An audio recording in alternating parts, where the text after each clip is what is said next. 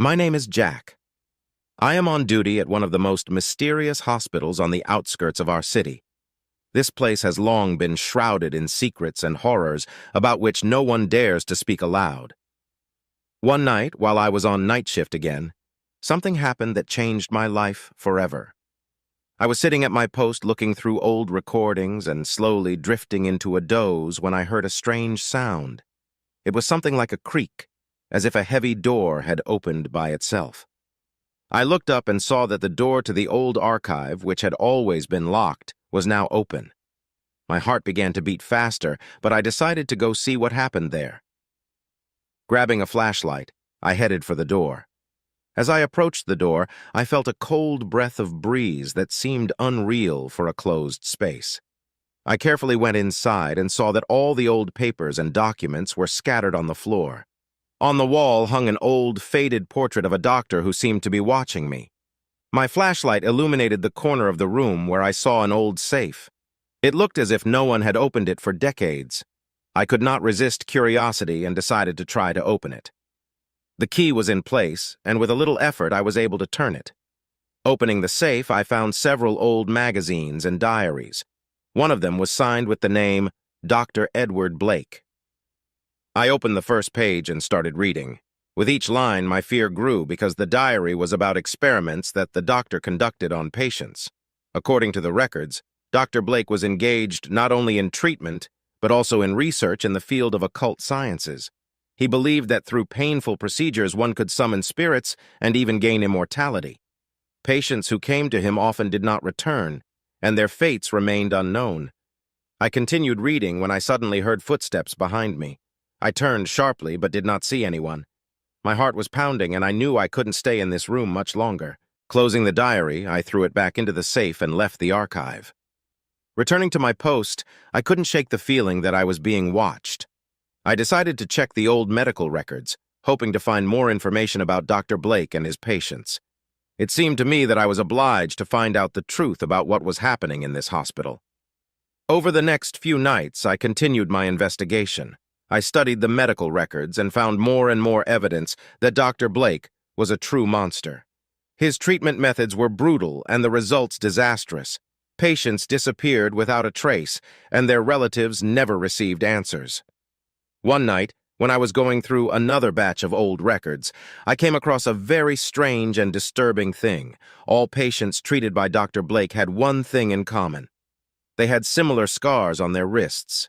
This led me to believe that he was performing some sort of ritual, leaving marks on their bodies.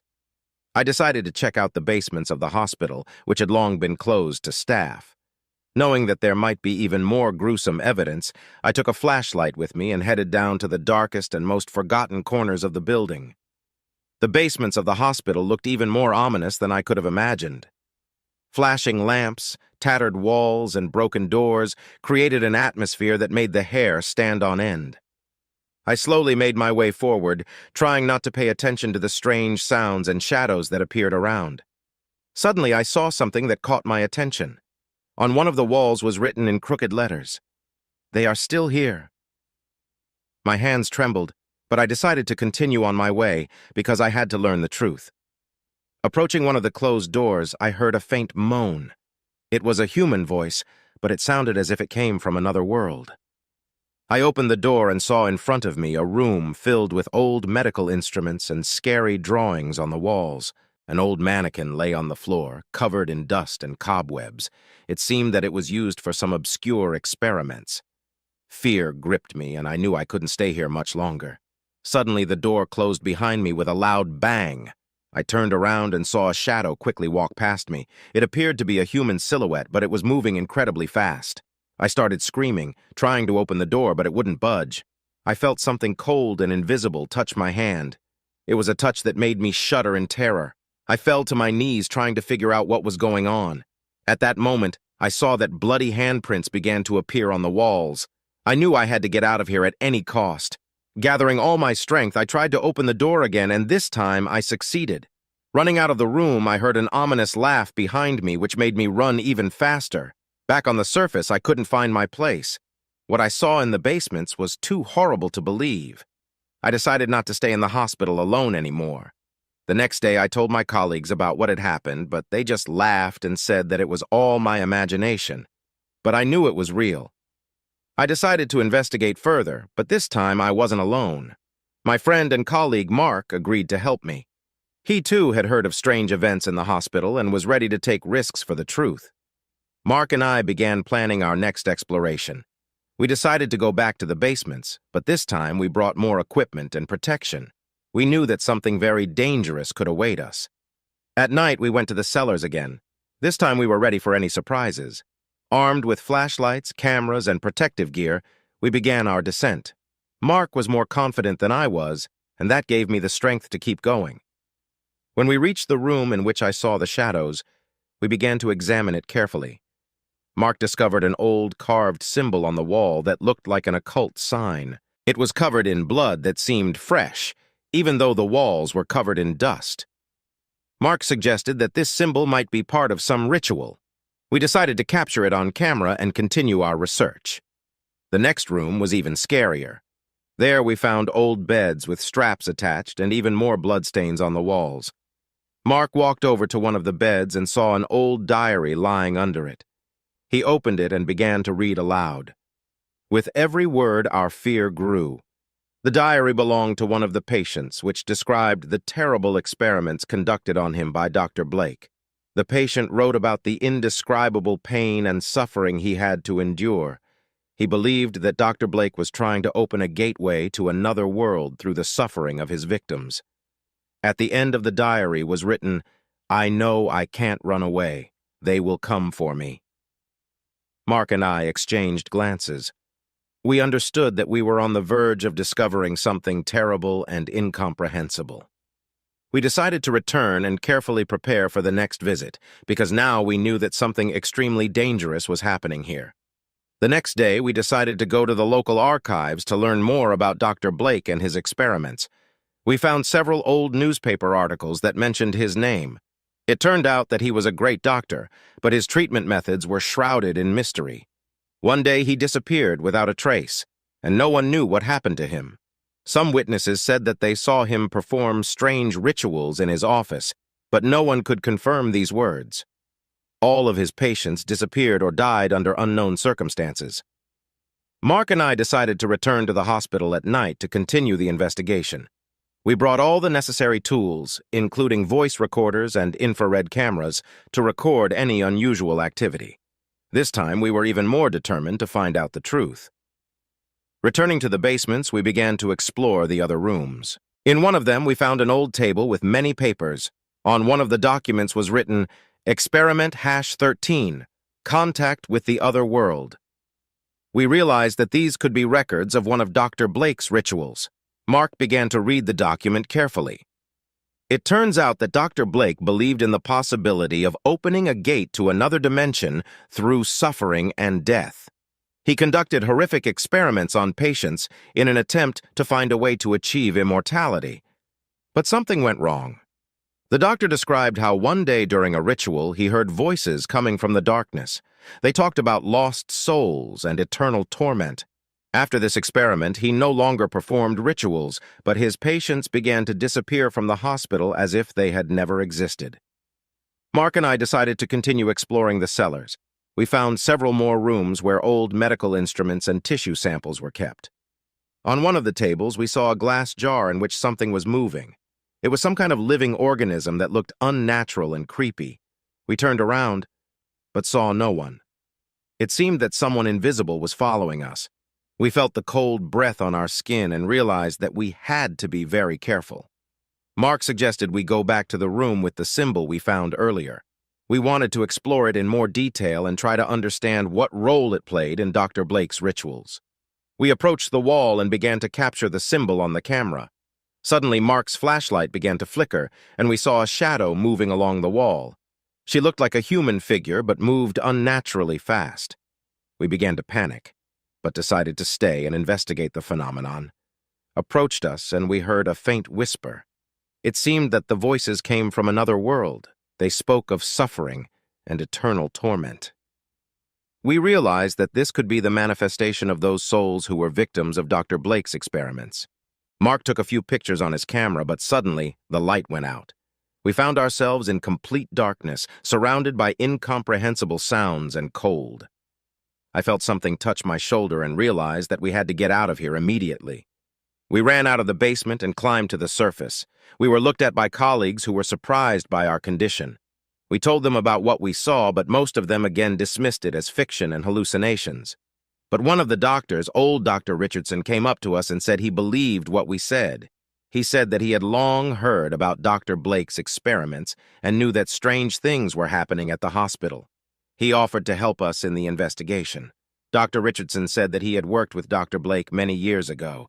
He knew that Blake was obsessed with the idea of immortality and carried out terrible experiments. But when the experiments became too dangerous, Richardson left the hospital.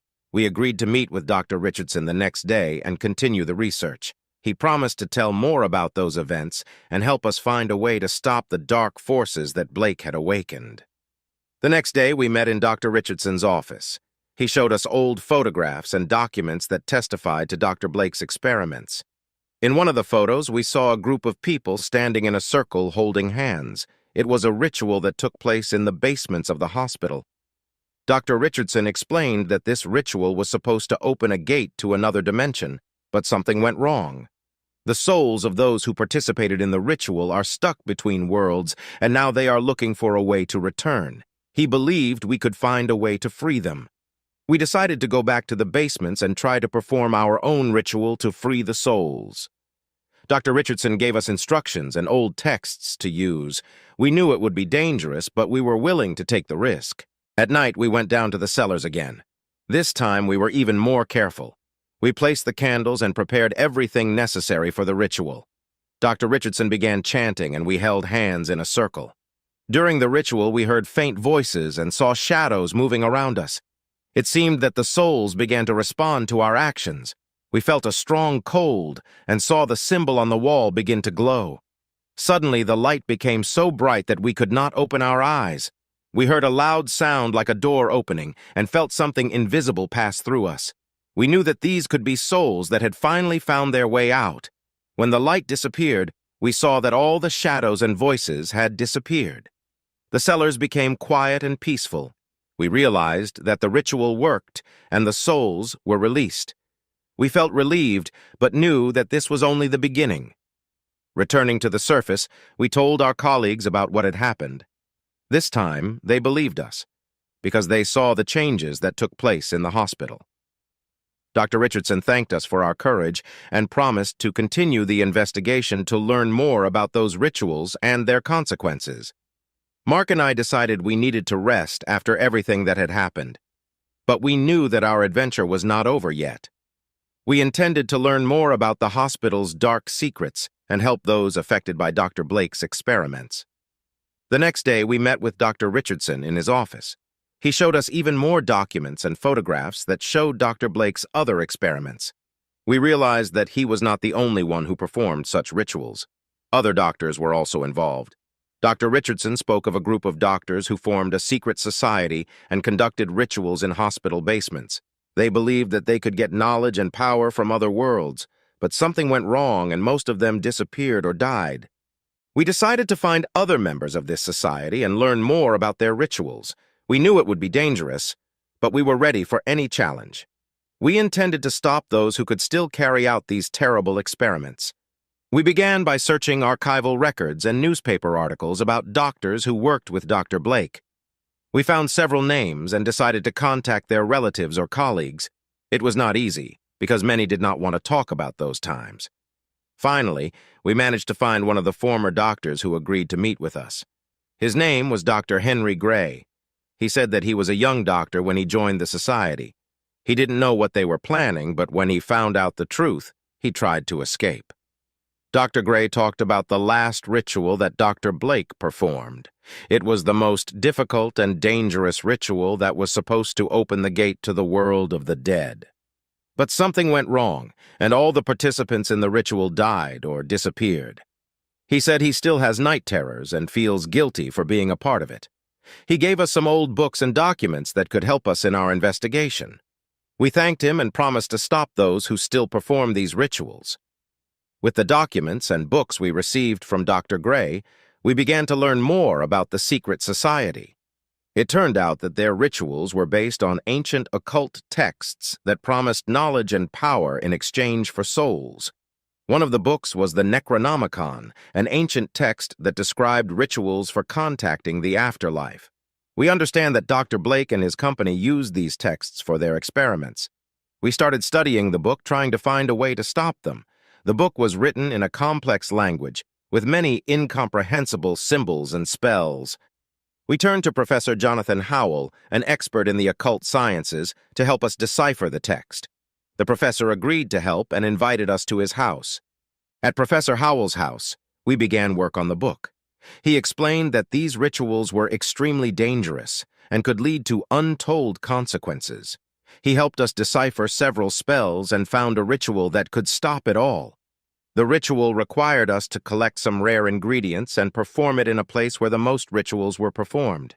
We realized that we would have to go back to the basements of the hospital to complete this task. Professor Howell gave us a list of ingredients and explained how to perform the ritual properly. We knew it would be dangerous, but we had no other choice.